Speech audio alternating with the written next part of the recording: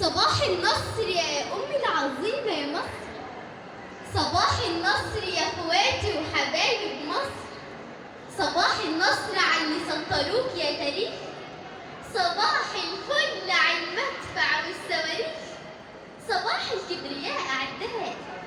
صباح شايل معاه أسماء، وفي صفحات التاريخ مكتوب. لو تسمعي يعني حكاية ما بعدها حكاية. بقولك يما حاربنا وعدينا خطوط النار.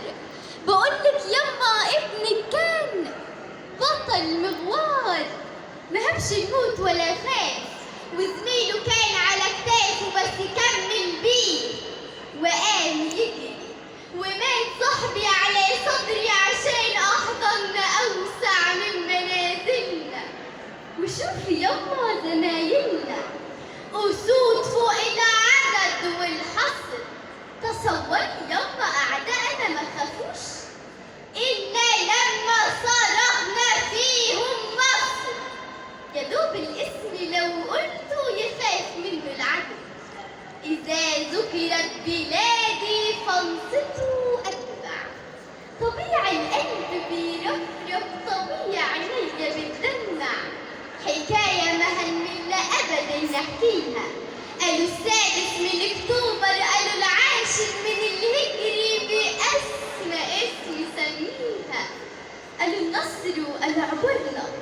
بارليف كان على صدورنا سنين طابق عشان القلب كان صادق، وما استحملش أرضه تبقى مغتصبة، وما استحملش ذرة رمل من أرضه تدسها بيادة الغرباء.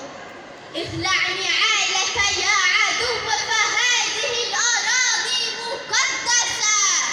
هذه أراضي موطني، لا لن تكون مدنسة. فاليوم تنتقم الجنود وتفتدي من يحصد الأرواح أي منافسة.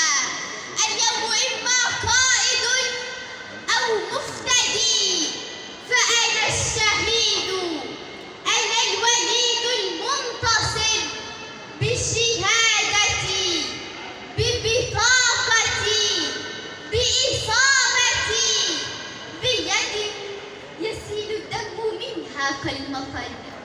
فاحذر عدو، فاحذر عدو، لست وحدي ها هنا.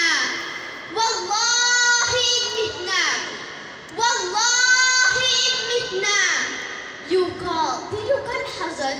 والله إن متنا يقاتلك الحجر.